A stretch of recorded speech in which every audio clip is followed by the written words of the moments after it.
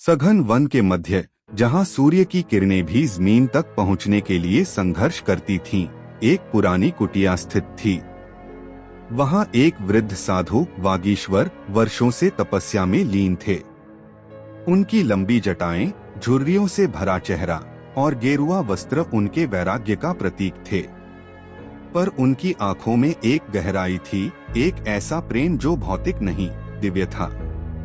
एक सांझ जब सूर्य क्षितिज में ढल रहा था और हवा में हल्की ठंडक तैर रही थी, तभी जंगल में शाखाएं चीरती एक सुंदर युवती भागती हुई कुटिया तक पहुंची। उसका वस्त्र फटा हुआ था, सांसें तेज, चेहरा भयभीत। ऋषिवर, कृपा करें, मुझे शरण दें, मेरा पीछा किया जा रहा है। वागीश्वर ने धीरे से अपनी आंखें खोली। उस कन्या में कुछ था, एक अलौकिक आभा। कौन हो तुम पुत्री? और कौन है जो तुम्हारा पीछा कर रहा है? मेरा नाम मृणलिनी है। मैं एक राजकुमारी हूँ। मेरे पिता ने मेरा विवाह उस पुरुष से तय कर दिया है जिसे मैं प्रेम नहीं करती। मैं नहीं रह सकती वहाँ। साधु वागीश्वर ने उसे भीतर आने का संकेत दिया। रात्रि गहराने लगी थी। चांदनी कुटिया के बाहर बिखरी हुई थी। मृणलिनी वहीं खड़ी ऋषि की ओर देख रही थी। क्या आपने कभी प्रेम किया है, ऋषिवर? उसने पूछा।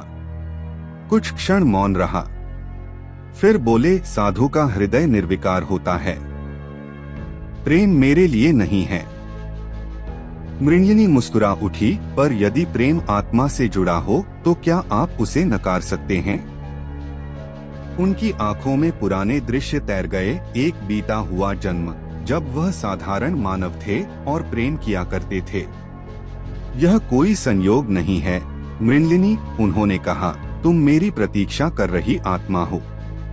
पिछले जन्म में तुम मेरी प्रियतमा थीं। अब फिर हमारे पथ एक हुए हैं। मृणलिनी ने उनके हाथ अपने हाथों में ले लिया। क्या आप मुझे छूने से डरते हैं?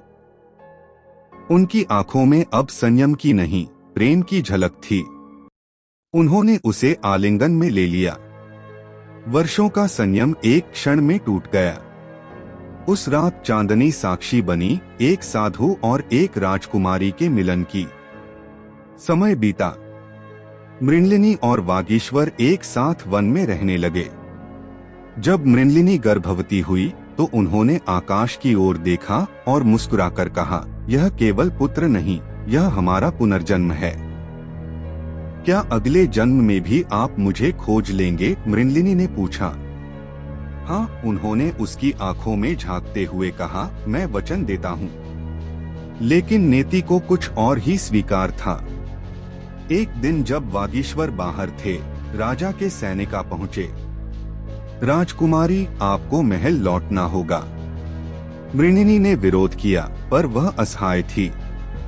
उसे घोड़े पर बैठा कर ले जाया गया। राजमहल में उसे बंदी बना लिया गया। राजा ने उसका गर्भ अपवित्र घोषित कर मृत्यु दंड सुनाया। यह सन्यासी का पुत्र नहीं, प्रेम का पुत्र है, मृणलिनी चिल्लाई। लेकिन राजा नहीं माना। उसे एक ऊंचे पर्वत से धकेल दिया गया।